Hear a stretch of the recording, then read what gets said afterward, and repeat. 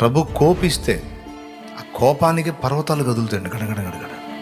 అంత శక్తి గలవాడు నీకు తోడై ఉన్నాడు.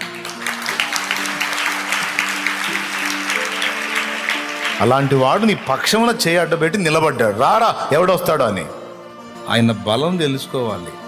ఆయన ఎంత శక్తి గలవాడో, ఎంత పరాక్రమవంతుడో, ఎంత పౌరుషం కలిగిన వాడో, అసలు ఆయన స్థాయి ఏందో నీకు తెలిస్తే ఇదే మాట అంటావు. ఆయన నా పక్షమును ఉంటే అసలు నాకు విరోధి ఎవడో ఉంటాడా? వాడు నాకు విరోధంగా పడగెత్తినోడు ఉంటాడా?